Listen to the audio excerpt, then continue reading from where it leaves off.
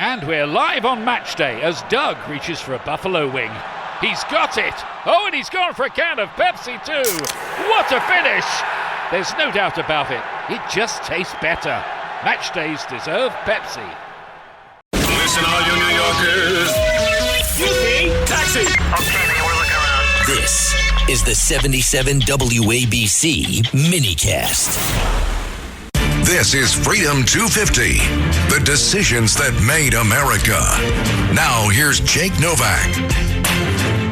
Well, not every decision that made America is to be celebrated and give you a smile, and that's a fair intro for one that I want to discuss more in depth. It is Juneteenth weekend, and so I think it's very proper to discuss the infamous Dred Scott decision. You know, you can't do something called Freedom 250, the decisions that made America, without talking about something that literally has in its name the word decision, and that would be the Dred Scott decision. And joining us now, and I think I can say lifelong friend. It's been 32 years, 32 and change.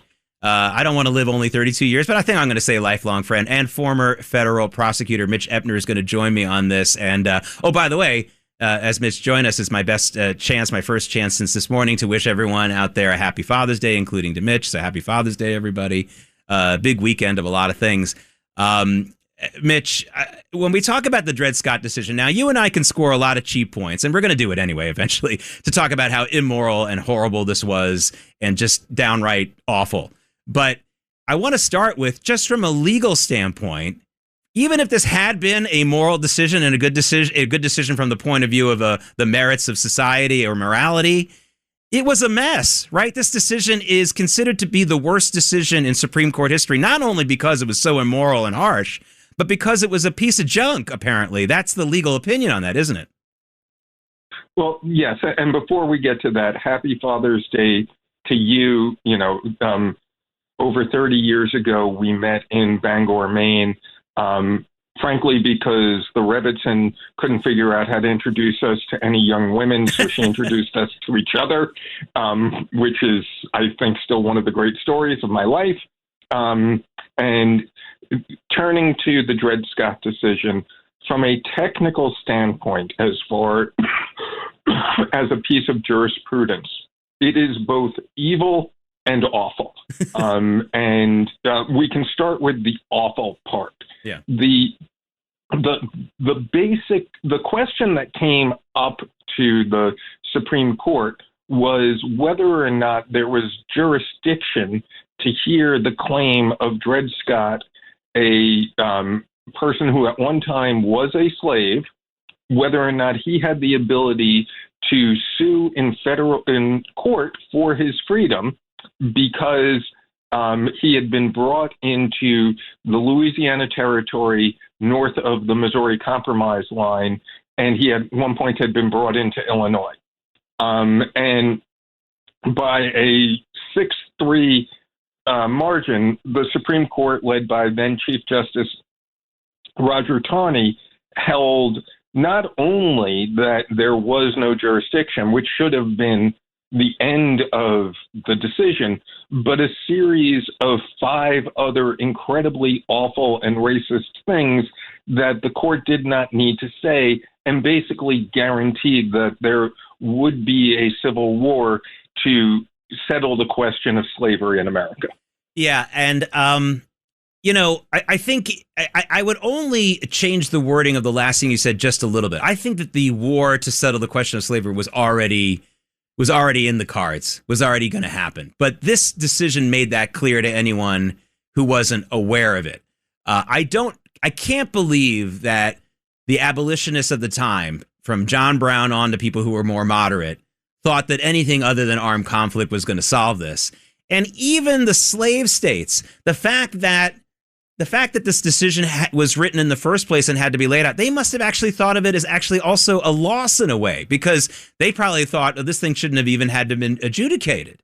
So they must have understood, or they celebrated it. You're bringing a 21st century. I might be. There is just no at the time. This was seen as an enormous triumph for the Southern states. Oh yeah, no, absolutely. No, I didn't mean to say slavery. that. Yeah, and I didn't mean to say that. I just mean that I think, the decision, but I think the fact that it was going through the courts, they may not have loved the fact that they had to sit on pins and needles. Right. That's what I meant. That's what I meant. In their view, and in the view of Chief Justice Taney, Dred Scott was not a human being. As a Negro, he was property.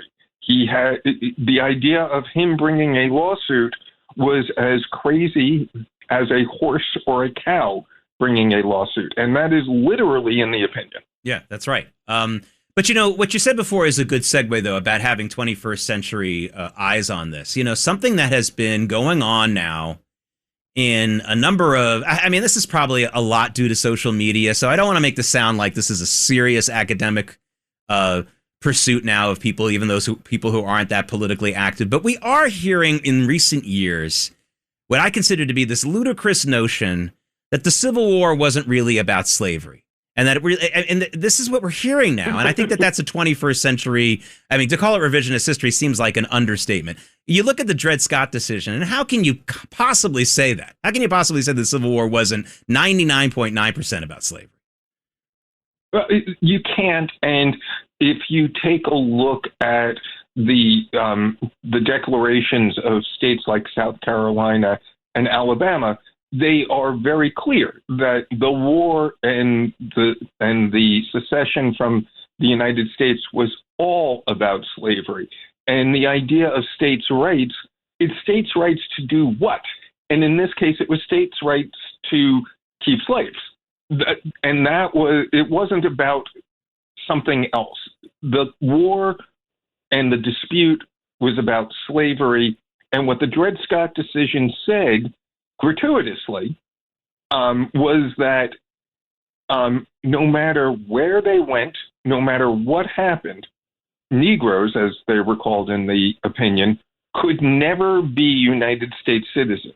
Even if a state recognized somebody as a state citizen. If New York said, we have abolished slavery and we are granting the right to vote and citizenship to all former slaves who live in New York, the Dred Scott decision said those people can never be United States citizens. They can never have the right to vote. They can never be anything but property. We're talking with Mitch Epner, a former federal prosecutor. And by the way, that's a tongue twister. Former federal prosecutor. I just have to slow down. Mitch, you just hit on something really interesting, because this is really where people who say that the Civil War wasn't about slavery and it was just about states' rights, really they get hoisted on their own petard. Because here's the deal: you just said it, and Chief Justice Taney said it many years ago on March 6th. By the way, 1857 is when this decision is handed down. How can this be called a war? How can this be called something that's pro-states' rights and not only just about slavery, the whole war I'm talking about, when this decision basically strips all the states' rights of the pro-freedom, of the freedoms of the free states? In other words, states' rights are overturned in this case just as much as the idea that someone is a human being just because they were born a slave, they're still a human being. I mean, this is actually an anti-states' rights decision, especially from the point of view of the free states. I mean, to me, this hoists it on their own petard. 100%. And part of the reason why I said before that this guaranteed the Civil War was the Missouri Compromise was built on the idea that you could parcel out the territories of Louisiana Territory and say these areas can become slave states, these areas will become free states.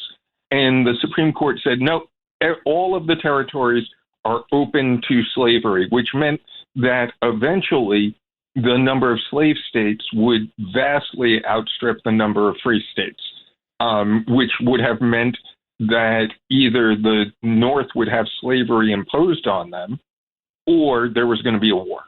Right. And, there are some northern states that were late to the party in freeing slaves, including New York. I think New York was 1830s finally, maybe 1840s, where they finally abolished slavery here in New York State. It was a long time. But it was certainly not popular. And one of the things, though, that I like to point out, and this is true of almost any Supreme Court decision and even bills signed by members of Congress and things like that, while the theme of this program and this entire project that I've undertaken, Freedom 250, is called The Decisions That Made America. And obviously, I'm going to be putting the decisions in the individual hands of individual people and sometimes groups. To me, when it comes to the effort to end slavery in this country, it is a group decision. No matter how great any individual politician is, and of course, when we talk about individual politicians and the Civil War and the freeing of the slaves, we're talking very much about Abraham Lincoln, who was much, much more than a figurehead on both of those things. He basically was our main strategist during the war and was a very, very committed abolitionist. But nevertheless, the abolitionist movement was a group movement that very much predated the Civil War, very much predated the Dred Scott decision, very much predated the Bleeding Kansas fights over territories. And this was something that was very communal. So this decision didn't just slap the face of the nascent Republican Party or people who were in certain political. This was a slap in the face of, at the time, a very large number of American ordinary people. Absolutely. You've got that 100% right. And for people who don't know, I know you know, Bleeding Kansas was a preview of the Civil War where people from Missouri who had slaves came over bringing their slaves, and other Kansans said that Kansas should be a free territory with no slaves. And they literally fought a civil war in the state of Kansas, which was north of the Missouri Compromise line. So under the Missouri Compromise, it should have been a free state. And basically what the Dred Scott decision said is this Bleeding Kansas war is for naught because it's unconstitutional to have that line in the sand. Every place is slave territory. You cannot create any new state that bars slavery. Because any new state would have to allow slaveholders to come in bringing their slaves with them, which necessarily would mean that when the state organized to become a state, it would write into its state constitution that there was slavery. We're talking to Mitch Epner, a former federal prosecutor, and we're talking about the Dred Scott decision here on our Freedom 250, the decisions that made America, a decision that made it clear that there was going to be a civil war, even though the actual fighting didn't start until 4 years later, almost exactly 4 years later. It was early 1861, and this decision came down in the first quarter, well, almost the first end of the first quarter, March 6, 1857. Mitch, let's talk a little bit about how the Supreme Court was different back then. Obviously, there's a million things we could say about that. But, you know, the idea that you have a Supreme Court that is filled with justices nominated for their political ideology, that actually wasn't the case back then necessarily. It was more about political patronage. So the fact is, there really wasn't much of a division on the court over this. This wasn't like, oh, you had some abolitionists on the court, you had some slavers on the court. I mean, to me, people need to understand that the makeup and how the court was formed really not until the 20th century was different. It was a little bit different. Talk a little bit about that. So you're right that the Supreme Court was largely just a place where it was a good job to give to loyal people. Now, John Marshall had aggrandized the Supreme Court in Marbury versus Madison and made it clear that the Supreme Court had the ability to rule on the constitutionality of statutes, and that was something that was not clear before Marbury versus Madison.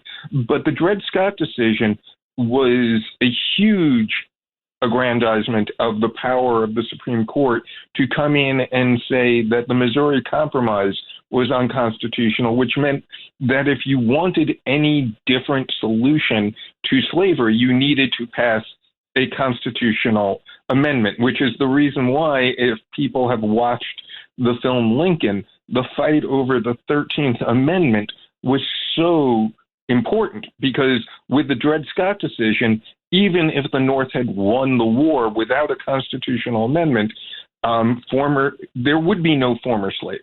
everybody would remain a slave.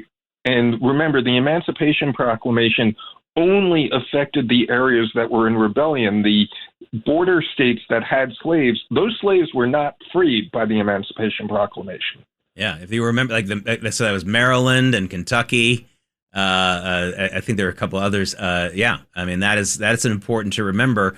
Although, and one of the things that was not really, it was a very good movie, the Steven Spielberg movie about Lincoln, which was all about the push for the Emancipation Proclamation and the 13th Amendment later, but it didn't really make that clear, although it was a fine film. All right, we're going to take a little bit of a break here on Freedom 250, the decisions that made America. More on the Dred Scott decision, and we talked about how it affected the country immediately afterwards, certainly with the 4 years afterwards and really 8 years afterwards. But I want to talk a little bit about how it affects us today, if so, and how, when we come back with former federal prosecutor Mitch Epner. I'm Jake Novak. We'll be right back. Son, Noam Laden, WABC News. This is Freedom 250, the decisions that made America. Now, here's Jake Novak. And on this Juneteenth weekend, I hope you had the long weekend. Not everyone got it, so I hope you got it.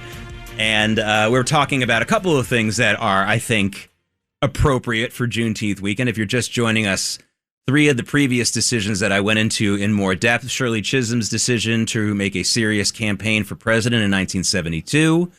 Lucille Ball, 2 major decisions on her part, one in 1951 and 1962, effectively, basically creating the way that sitcoms were to be made in this country. And then she becomes the first woman to really run a studio, and it isn't just about gender box checking. She made some major decisions during her tenure as the head of that studio that probably no other studio chief would have made, including greenlighting Star Trek and Mission Impossible, 2 little franchises you might have heard of. And then I mentioned Sacagawea and her decision to go ahead and help Lewis and Clark's expedition, which is, and the word help is an understatement in every way. But now we're talking about the Dred Scott decision, and we're still joined now by former federal prosecutor Mitch Epner. And Mitch, I think we've been talking about how this decision, we've been very clear about how that decision affected America at the time, and it couldn't have been a bigger impact. I mean, to make it clear that we were headed to war over this issue to anyone who had any kind of foresight or understood the situation is one thing, and that's a big deal.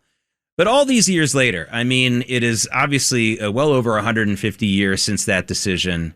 And how do you think this affects not just the courts, but maybe the country today? I mean, I think I'll give one easy answer, which is it goes to show how under the spell of slavery so much of this country was, that they just weren't seeing basic natural rights of human beings. And we don't have the excuse of, well, everyone else was doing it. A lot of other countries were, but Britain had already abolished slavery 36 years, but 26 years before this decision, but 35 years, more than 30 years before the beginning of the Civil War. So how do you think this affects the country now, this decision? Because it's got to be something that certainly no Chief Justice wants to outdo this guy with the worst decision ever. That's for sure. So I hope you'll give me the space to fully explain this idea. The racism of the Dred Scott decision continued to affect this country, and I believe, unfortunately, it continues to affect our country. And I want to be very clear about something that has sort of been lost to a lot of people who only learn a little bit of history. A lot of America was settled by white slaves.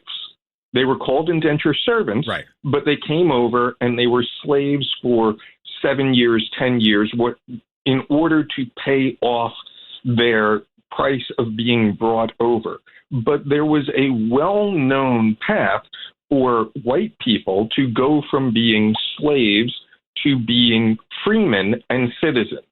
And the Dred Scott decision, in the most racist terms possible, talked about the Negro as being less than a human being. And as a result of their genetic inferiority, although we were pre-Darwin, so genetic was not a term, But as a result of their race, they could never be free men. They were less than human beings. So that view of African Americans remained with the United States. It was not something that was created by Roger Taney. It reflected the view of at least a plurality and maybe a majority of Americans at the time. And it is the reason why, after a very brief period of Reconstruction, you had the Redeemers basically take the right to vote away from Southern blacks from 1876 until meaningfully 1965, because African Americans were viewed in broad society as less than human beings. And that is the original sin that people talk about when they are talking about the original sin of slavery. It is not just that people were required to do labor without getting paid, and that's awful.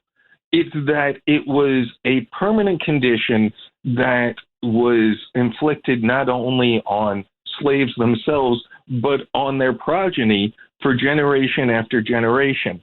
And this is where the similarity to the Passover story comes in. If not for Abraham Lincoln and the radical Reconstructionists, the radical Republicans, African Americans today and their children after that would still be slaves. Yeah, and that is the truth. Yeah, and I think that's, what's interesting about that also is I was discussing this with Governor Patterson on the Left versus Right yesterday, and we wanted to hit on, one of our major themes was to try to figure out the proper way to mark Juneteenth. Is it just about history lessons? Should we celebrate? And we kind of came to the agreement that we should celebrate it. The end of slavery is something we're celebrating, but you can't celebrate it without telling the bad part, which is also similar to the Passover story. You eat the bitter herbs, you talk about how bad it is. You don't throw that, you don't just turn it into a party and an excuse to drink wine.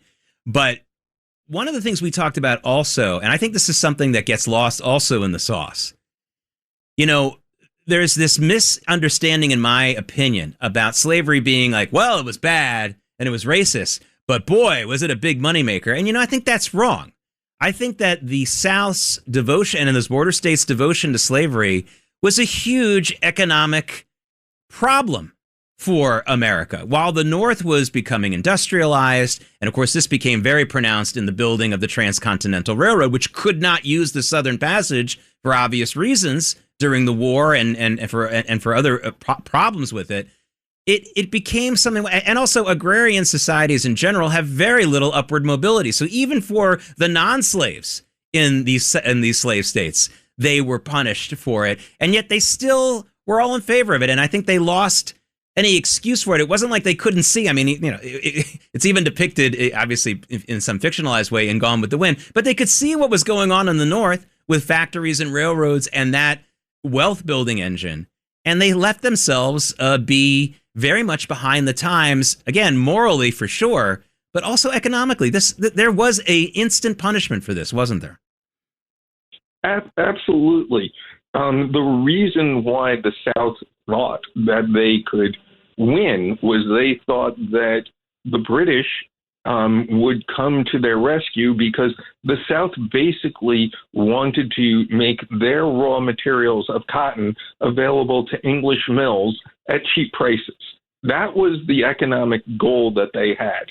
And being the provider of a commodity is not a route to economic prosperity. Being a trader is, and being somebody who creates finished goods is. Any country that relies upon any commodity, whether it's oil or coal or diamonds, but something you just basically pull out of the ground or farm without processing it, eventually is going to be in the economic control of the people who do something with it. Right. And it's I think that's important for people to understand. One of my frustrations with the first real extensive legal arguments. We have in history the Code of Hammurabi. We have other laws where it's just kind of like, here's the law. But the first real long-form discussion of the law comes from the Talmud, the 13 volumes of the Talmud, which is Aramaic with no punctuation, not for the faint of heart, but I had to start it in 6th grade. And what's frustrating to me is you're starting to see an agrarian society become more of a market economy as the Talmud spans hundreds of years, the discussions.